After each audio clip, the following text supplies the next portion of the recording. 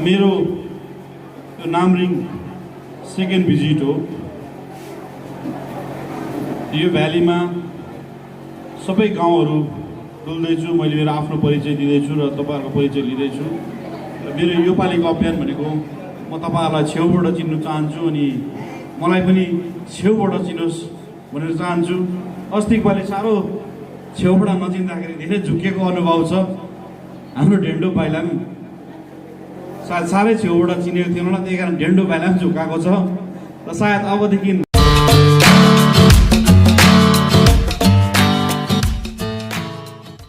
तपाईँहरूको घर दैलोमा आएर मैले आफ्नो परिचय र तपाईँहरूको परिचय लिएर जाँदाखेरि आउँदो दिनहरूमा हामी झुकिँदैनौँ भन्ने आशा साँचेको छौँ। र हामीले यस भ्यालीमा घुम्दाखेरि मानिसहरूको गुनासो दुःख, मन्दिरको, गुम्बाको, चर्चको सबैको सुन्दै हिँड्दैछु। मेरो जुन औकातले भ्याउन्जेल उहाँहरूको लागि सहयोग पुर्याउँदैछु। सबै कुरो उहाँहरूले भनेको जस्तो नभए पनि मेरो प्रयास जारी राखेको छु। तर एउटा कुरो सबैले जहाँ पनि जान्छ पानी उहाँहरूको प्रब्लम देखाउँछ, बाटो प्रब्लम देखाउँछ।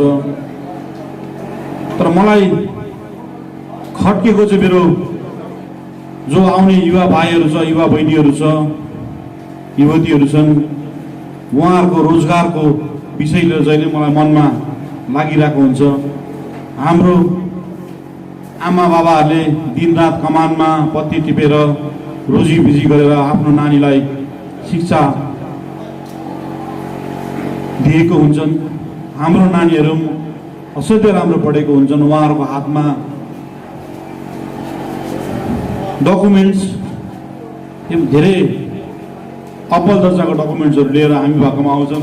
तर धेरै दुःखको कुरो हो, हाम्रो विगतका लिडरहरूले हाम्रो व्यवस्था नै लथालिङ्गे पारेर छोडेको छ। हेर्नुहोस्, बिजेसी कालदेखि नै जुन आन्दोलन भयो, 86 को आन्दोलनदेखि नै हाम्रो पहाडको व्यवस्था लथालिङ्गे अवस्थामा छ।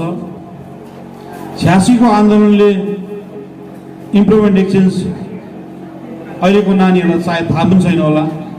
पहाडमा इम्प्लोइमेन्ट एक्सचेन्ज भन्ने एउटा व्यवस्था थियो जहाँबाट रिक्रुटमेन्ट हुन्थ्यो। पढिसकेको नानीहरूले आफ्नो डकुमेन्ट्स इम्प्लोइमेन्ट एक्सचेन्जमा बुझाउँथ्यो, फर्म भर्थ्यो, त्यहाँबाट अपोइन्टमेन्ट आउँथ्यो, इन्टरभ्यू हुन्थ्यो, त्यहाँबाट अपोइन्टमेन्ट पाउँथ्यो। र यो रोजगार हेर्नुहोस्, सबैभन्दा हामीलाई अहिले भोग्नु परेको चाहिँ हाम्रो नानीहरूको रोजगार हो। हेर्नु, विकास बाटो पानी त रुटिन हो, सरकारले गर्दै आउँछ। हेर्नुहोस्, हिजो पनि यहाँ बाटो थियो हो, माटोको बाटो थियो भने ढुङ्गाको बन्यो, ढुङ्गापछि अलगत्रको बन्यो, त्यो बनिँदै जान्छ। तर हाम्रो नानीहरूको रोजगार मेरो सबैभन्दा पहिलो प्राथमिकता रोजगार हो मेरो लागि, पट्टि लागेको छु। र हाम्रो लिडरहरूले धेरै वर्षदेखि गोर्खाल्यान्डको अभियानमा लाग्यो। गोर्खाल्यान्ड गोर्खाहरूको सबैको चाहना हो। हेर्नुहोस्, म पनि यो लडाइँमा लडेको हो, 6 महिना जेल बसेको हो। जेल पनि सिलगढी, दार्जिलिङ, खरसाङ 3टा जेलमा बसेको हो। त्यति बेला म एउटा जोसमा थिएँ, मेरोमा होस कम थियो। मलाई लिडरहरूले यसो गर भन्दा त्यसै गर्थेँ, हिँड्थेँ। तर हामीलाई मैले 86 देखिको अहिलेसम्म मेरो देखेकोमा, हेरेकोमा, मैले हेर्नुहोस्, यो पोलिटिकल पार्टी भनेको यो मेरो फर्स्ट टाइम गोर्खा जनमुक्ति मोर्चा हो। म बिजनेसम्यान थिएँ पहिला। गोर्खाल्यान्डको उच्चारण भएपछि मुम निक्ले, हामी गोर्खाहरू हो, गोर्खाल्यान्ड भनेपछि तितिरिका जस्तो मुखमा थोकाइहाल्छ सबैलाई। तर यो गोर्खाल्यान्डको शब्द प्रयोग गरेर हाम्रो पहाडलाई नष्ट बनाउने हाम्रो लिडरहरूले ट्रेन बनायो। हेर्नुहोस्, र कुनै पनि पोलिटिकल पार्टीले मागेको गोर्खाल्यान्ड चाहिँ कुर्सीमा परिणत हुन्छ भनेर चाहिँ हामीले सबैले देख्यौँ। विगतमा 86 मा जिएनएलएफ पार्टी जन्मियो। जिएनएलएफले पनि धेरै उग्र आन्दोलन गर्यो, धेरै शहीद बनायो, त्यहाँबाट डिजिएससीमा कन्भर्ट गर्यो र त्यो लिडर गएर कुर्सीमा परिणत भयो, कुर्सीमा बस्यो। त्यसको बादमा 2007 देखिको गोर्खा जनमुक्ति मोर्चा फर्म भयो। त्यो आन्दोलन पनि धेरै उग्र भयो, सबै जनताले साथ दियो। त्यसमा त्यस्ताको नेता विमल गुरुङज्यूले जिटिएमा गएर उहाँले व्यवस्था बस्नुभयो, त्यसमा म पनि थिएँ। तर हाम्रो लिडरसिपमा थिएन। जिटिए भएपछि मान्छेले होला अब रोजगार पाउँछ, हाम्रो जग्गा राम्रो हुन्छ भनेर मान्छेले एक्सेप्ट गरेको त्यो थिसिसलाई हेर्नुहोस्। र हाम्रो लिडरले मान्छेलाई रोजगार दिनुको बदलीमा आफू कुर्सीमा बसेर गाउँमा चाहिँ बजारमा चाहिँ आन्दोलन गर्नु लागिरह्यो हेर्नुहोस्। हाम्रो जनतालाई दुःख दिनु लागिरह्यो। त 86 देखिको अहिलेसम्म हिसाब गर्नुहोस् तपाईँले, 31 वर्षभन्दा पनि बेसी भइसक्यो। र 31 वर्षमा हाम्रो एउटा युथ जेनेरेसनको र समय नै बितेर गयो। र 31 वर्षको स्प्यानमा हाम्रो इम्प्लोइमेन्ट खतम भएर गयो। र 86 को टाइममा जुन हाम्रो रिटायर भएको बेलामा इन्टरभ्यू दिएर नोकरी पाउँथ्यो त्यो बन्द भयो। अस्थायी कर्मचारी भन्ने क्रिएट गर्यो। त्यति बेला त्यो नोकरी नै पर्मानेन्ट दिने उहाँको क्षमता थियो। र उहाँहरूले अस्थायी कर्मचारी क्रिएट गर्यो। अहिले मैले बुझ्दा चाहिँ उहाँलाई जति बेला निकाल्दा पनि हुन्छ, राख्दा पनि हुन्छ। त्यसो उहाँहरूले आफ्नो भोटको लागि आफ्नो जातिलाई खाल्टामा हालेको रहेछ। र हामीलाई यसरी मार्कामा पार्दै पार्दै हामी यो अवस्थामा आएको छौँ। र मैले आन्दोलन, नेपालीको आन्दोलन पनि देखेँ। नेपालीको आन्दोलनले हाम्रो युवा भाइहरूलाई केस खुवाउनु पाए के देखेन हेर्नुहोस्। लिडरको छोराछोरीले आन्दोलन गर्दैन, मेरो छोराछोरीले पनि गरेन, ढाँड्दिनँ म। लिडरको छोराछोरी सुरक्षासँगले बसिरहेको हुन्छ, राम्रो कलेजमा पढिरहेको हुन्छ। छोराछोरीलाई चाहिँ किन चाहिँ हाल्दैन आन्दोलनमा? पहिला लिडरले हाल्नु हो भने हेर्नुहोस्। अरूको नानीहरूलाई मात्रै किन तँ बन्दुक पक्री, तँ बारुद पक्री? तपाईँहरूले हेर्नुहोस् त, लु तपाईँले पाहाडको लिडरहरूको इतिहास हेर्दा मैले क्लियर गरेँ त। म एउटा लिडर अहिले म सरकारसँग काम गर्दैछु। म त मेरो नानीलाई पनि पढाइ भन्छु, आन्दोलन गर भन्दिनँ हेर्नुहोस्। किन आन्दोलन गरेर मैले पनि 36 वटा केस खाएको छु नि त। त्यही गर्नु हो चाहिँ पहिला आफ्नो छोराछोरीलाई निकाल न फिल्डमा।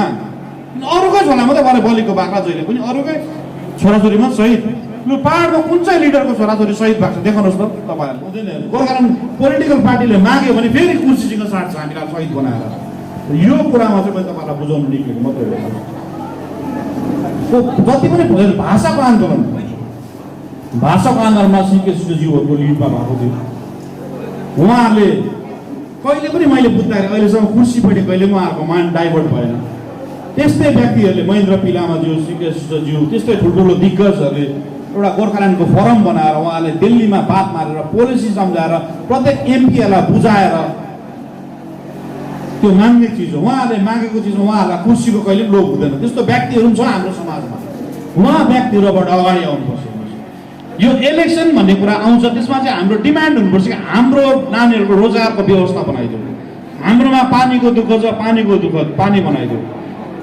एउटा कुरो हेर्नुहोस्, हामी दार्जिलिङमा जुन बसोबासो गर्छौँ, हामी 80% मान्छे चिया बगानमा बस्छौँ। र तपाईँहरू यहाँ मैले हेरेँ सबैको दामी दामी बिल्डिङ छ, घर छ, दुःख सुख गरेर तपाईँहरूले बनाउनु भएको छ। छप्पर तपाईँहरूको, रड तपाईँहरूको, बलुवा तपाईँहरूको, सिमेन्ट तपाईँहरूको, ऐना तपाईँहरूको, जमिन चाहिँ सरकारको हो। हेर्नुहोस्, र हाम्रो विगतको लिडरहरूले यो चिजलाई ध्यान दिएन। हेर्नुहोस्, हामी बसेको जमिन हाम्रो होइन। अन्त कहाँ हामी गोर्खाल्यान्डको कुरा गर्छौँ? आफ्नो जमिन चाहिँ छैन हाम्रो।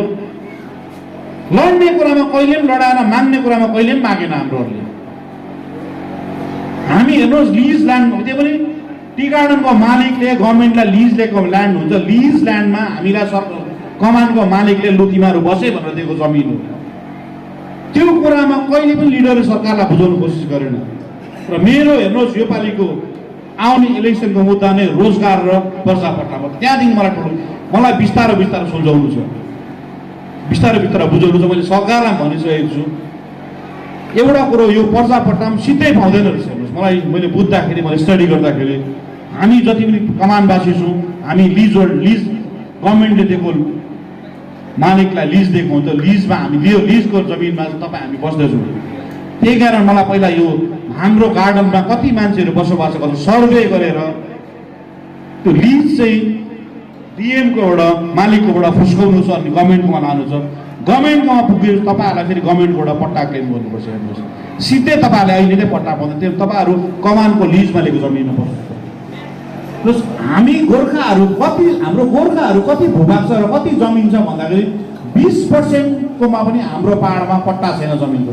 भने 80% मान्छे हामी जमिन भूमिहीन छौँ। हेर्नुहोस्, हामी 80% मान्छे भूमिहीन छौँ भने हाम्रो अस्तित्व पाहाडमा के नै छ?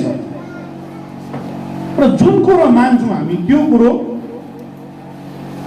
मान्छेलाई झुक्काउने हेर्नुहोस् एउटा प्रथा भयो नि पहाडमा पञ्चायत इलेक्सन गोर्खाल्यान्डमा समाजको पनि भन्दा जस्तो गर्छ गोर्खाल्यान्ड कि स्टेट इलेक्सन गोर्खाल्यान्डै भन्छ म्युनिसिपल इलेक्सन गोर्खाल्यान्डै भन्छ एमपी इलेक्सन गोर्खाल्यान्डै भन्छ किनभने डर भयो नि त हाम्रो लिडरहरूलाई मलाई त हेर्नु भोलि लिडर हुनु छैन हाम्रो लिडरहरू जसलाई इच्छा हुन्छ उनीहरूले गोर्खाल्यान्डको झोला बोक्नै पर्छ किनभने जनताले भोटै हाल्दैन फेरि गोर्खाल्यान्ड बनाउनु त्यो भइसक्यो तपाईँहरू दिँदैन दिँदैन र कहिलेसम्म चाहिँ यसरी झुक्किने हामी झुक्किँदै झुक्किँदै हाम्रो यो गति भइसक्यो अझै धेरै झुक्क्यौँ भने धेरै दूर देख्नु छ पार्वत बन्नु छ त्यति बेला मैले सोच बनाएँ म पनि गोर्खा जनमुक्ति मोर्चाको एउटा त्यति बेला मेजर लिडर भयो कसैको लिडरसिप गर्दै थिएँ यसमा चाहिँ मैले रोक्नैपर्छ यो गाडीलाई हेर्नुहोस् यो बन्दुक केटाहरूको हातमा पऱ्यो भने गोर्खाल्यान्ड होइन लुटपाट हुन्छ सबै बेरोजगार छ बेकारी छ हिजोको दिनमा घ्यासीको टाइम हेर्नु न सुँगुर मार्ने कुखुरा मार्ने गाई मार्ने आन्दोलन भएको त अहिले त मान्छे मर्छ सबै त बेकारी केटाहरू छ फ्रस्ट्रेटेड छ अनि के हुन्थ्यो भन्नुहोस् त्यो आन्दोलनहरू पाउनु चाहिँ के पाउँदैन थियो हेर्नुहोस् त्यो के डिजिएसी त्यो जिटिए भयो नाम चेन्ज गर्थ्यो अनि त्यही लिडर गरेर खुसीमा पर्थ्यो किन बन्दुक बोकेको सबै डराउँछ यहाँ डरको एउटा माहौल सृष्टि गर्ने प्रयास थियो किनभने जिटिए 5 साल बित्नु आँट्दाखेरि आन्दोलन भएको नि फेरि लास्टको जिटिए 5 साल त मतलब ठिकै थियो हेर्नुहोस् जब गोर्खा जनमुक्ति मोर्चाको धराताल खस्किनु थाल्यो नि त्यहाँबाट फेरि आन्दोलन सुरु गरेको हाम्रो मान्छेलाई यसरी झुकाउँछ हेर्नु देशताकमा तपाईँहरूलाई या त्यो सबै मान्छे एक कान्टे हुँदाखेरि यो प्रकारले हुँदैन मैले गोर्खाल्यान्डको विरोध गरेको होइन गोर्खाल्यान्ड मान्ने तरिकाको विरोध गरेर निक्लेको हेर्नुहोस् त्यति बेला विरोध गर्ने हिम्मत ठुलो हुनु पर्थ्यो मलाई जडाइदिनु पनि सक्थ्यो मलाई डराइदिनु पनि सक्थ्यो किनभने तपाईँहरू सबै एकपल्ट दिमागमा पसेको थियो अनित थापा र विनय तामाङले चाहिँ गोर्खाल्यान्ड बेच्यो भने तपाईँहरूको मनमा पसेको थियो र मलाई सम्झाउनु धेरै समय लाग्थ्यो तर मैले आफ्नो प्रयास छोडेन हेर्नुहोस् त तपाईँहरूको केही भुल होइन तपाईँहरूको मनमा पसेको प्लान 86 देखिको प्लान पसेको थियो त्यसलाई निकाल्नु मलाई अरू समय लाग्छ म घर पस्दिनँ घर पसेको छुइनँ अस्तिको इलेक्सन भयो हेर्नुहोस् त्यो इलेक्सनमा पनि त्यो सबै यहाँनिर एकजुट थियो त्यति बेला तर जब इलेक्सनको टाइममा तपाईँहरूको मनमा के छ भने विनय तामाङ र अनित थापाले गोर्खाल्यान्ड बेचेको र यिनीहरूलाई चाहिँ देखाउनुपर्छ भनेर तपाईँहरूले उल्टा भोट हाल्नुभयो देख्नु भयो 7 दिनसम्म सुतेन त्यो भोट गर्दाखेरि मान्छे त भिडै थियो सबै एकपट्टि त्यो भएको सबैले खाएको भोट चाहिँ कहाँ गयो भन्नु 7 दिन सुतिन दाजु भन्दै थियो तर त्यो मान्छेको भुल होइन तपाईँहरूको भुल होइन त्यो पर्सिप्सन तपाईँहरूभित्रमा पसेको थियो त्यो पर्सिप्सनलाई निकाल्नु अब 86 देखि पसेको पर्सिप्सनलाई मैले 1 वर्षमा निकाल्नु सक्दिनँ नि त मलाई समय लाग्छ तर कम चाहिँ कम भोटको रिजल्टपट्टि भोलिपल्टै निक्लेर मैले मेरो काम सुरु गरेँ किन मैले मान्छेलाई सम्झाउनुमा निक्लेको मलाई भोट जित्नु हेर्नुहोस् 86 देखिको भोट भएको कतिवटा भोट भयो कति हारजित भयो त्यो भोट त भइरहन्छ आउँछ जान्छ हेर्नुहोस् र मान्छेको जुन एउटा दिमागमा हाम्रो डिजिज छ हामीलाई बिमारी लाग्यो हामी रोगग्रस्त छु हेर्नुहोस् बङ्गाल हाम्रो च्यान हो भन्ने हामीलाई हालिदिएको छ हेर्नुहोस् किन जिटिए बङ्गालभित्रको व्यवस्था हो ढाँट्नु हुँदैन सरकार डिजिएसी बङ्गालभित्रको थियो जिटिए बङ्गालभित्र यहाँ चाहिँ बङ्गालभित्रको भन्ने बित्तिकै मान्छे रिसाउँछ हामीलाई भोट हाल्दैन भनेर मान्छेको दिमागमा छ नि त म चाहिँ ढाँट्दिनँ म झुकाउँदिनँ मान्छेले मलाई भोट हालोस् नहालोस् नढाँटी काम गर्छु हिजो पनि ढाँटिनँ आज पनि ढाँटिनँ भोलि पनि ढाँटिनँ त्यही कारण मैले भनेको हेर्नुहोस् त्यो तपाईँहरूको दिमागमा फसेको छ त्यो मैले त्यो इलेक्सनमा म मात्रै हुनु खुसी थिएँ मैले हाम्रो पाहाडबाट 1,12,000 भोट पाएँ जब म मेरो सोच लिएर निक्लिँदाखेरि मेरोमा युवा भाइ 150 जमातले निक्लेको मान्छे हो र 1,12,000लाई मैले सम्झाउनु सकेँ मलाई भोट हार्छ जित्छ मलाई सेकेन्डरी हो 1,12,000 मान्छेलाई सम्झाउनु सकेँ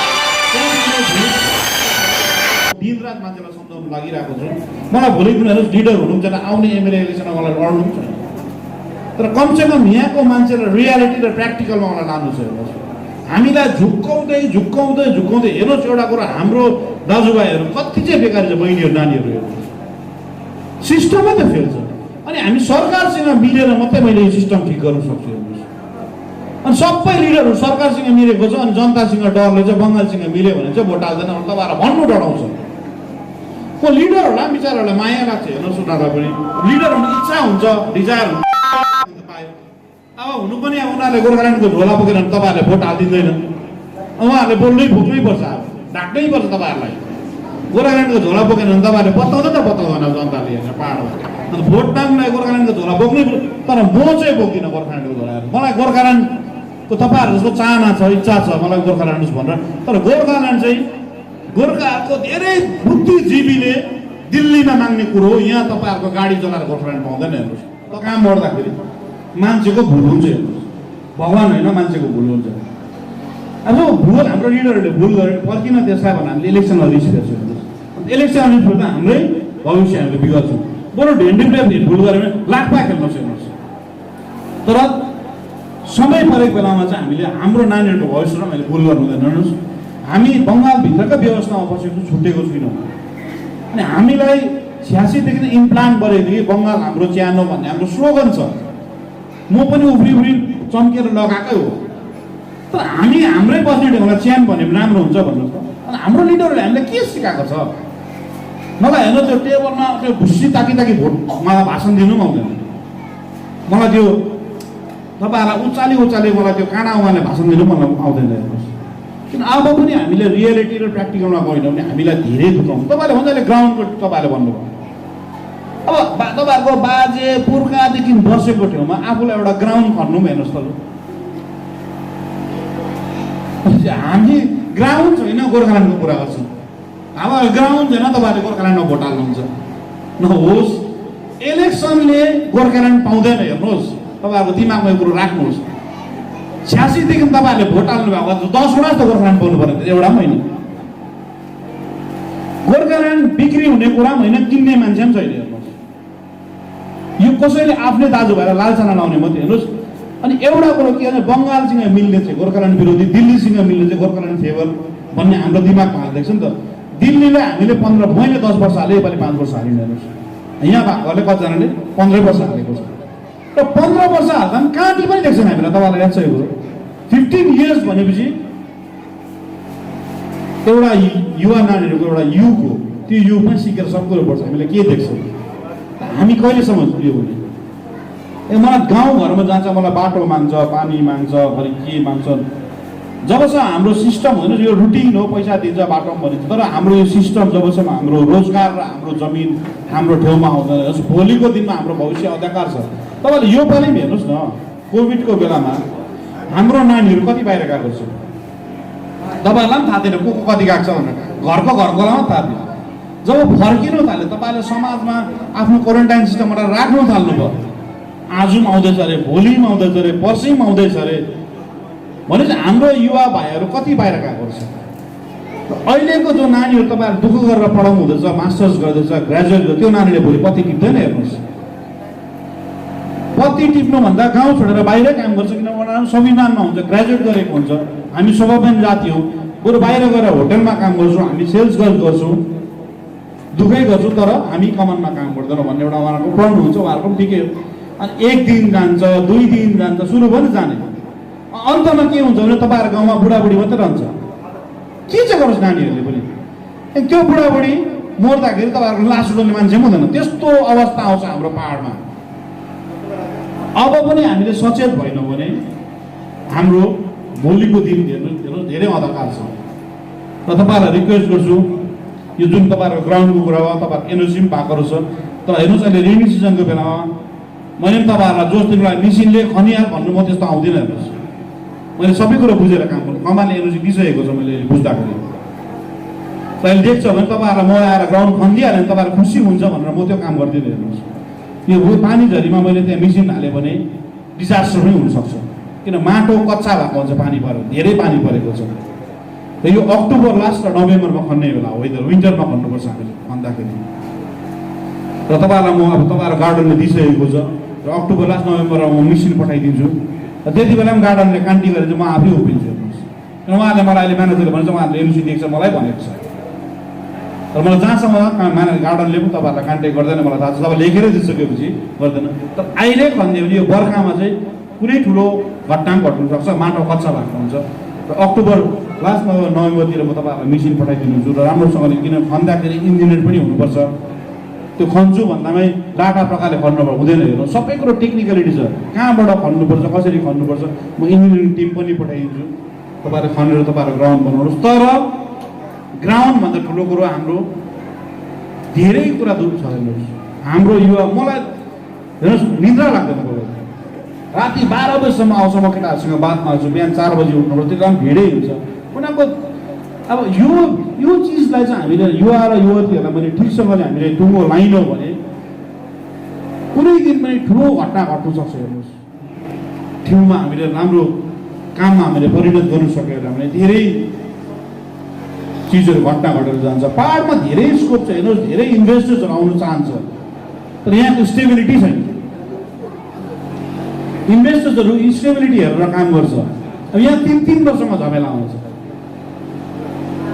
3 वर्ष ठिक हुन्छ अर्कोले चङ्गाइन्छ आगो लाउँछ हाम्रोमा आगो लाउनु जस्ता छु र धेरै इन्भेस्टर्सहरू पहाडमा आयो भने धेरै बेकारीको समस्या हल हुन्छ इन्भेस्टर्सहरू पनि रेडी हुन्छ तर पहाडमा हामीले स्टेबिलिटी र शान्ति ल्याउनुपर्छ नत्र भने मैले भने जस्तो हाम्रो युवा भाइहरू बिस्तारो बाहिर जान्छ अनि हामी बुढेसकाल बुढाबुढी मान्छेहरू पनि पहाडमा बस्न सक्छौँ त्यो दिन आउँदैछ र हामीले अझै सचेत भएर जाउँ हेर्नुहोस् मेरो प्रयास हो कोसिस हो मान्छेलाई सम्झाउने म सक्छु सक्दिनँ मलाई थाहा छैन तर जबसम्म मेरो सास छ म सम्झाउने प्रयास गर्छु र तपाईँहरूको जुन डिमान्डहरू छ राखेको म बिस्तारो म त्यसलाई सल्भ गर्छु मेरोमा जादुको छोडेर ल्याएको होइन म सबै कुरो गर्छु गरेर गइहाल्छु भनेर जानु पनि सकिनँ तपाईँहरूलाई म झुटो आश्वासन दिन सक्दिनँ किन भोलि पनि तपाईँहरूसँग आएर मैले बात गर्नु छ भने मलाई तपाईँहरूलाई म अहिले हुन्छ भोलि हुन्छ नरिवल बोकेर म फुटाउँदै हिँड्नु पनि सक्दिनँ हेर्नुहोस् र मलाई पनि मानबिन्दुमा पनि भोलि आएर तपाईँहरूसँग बात मार्नु छ तपाईँहरूसँग बस्नु छ पहाडमा धेरै प्रब्लम हुन्छ म एकैचोटि सक्दिनँ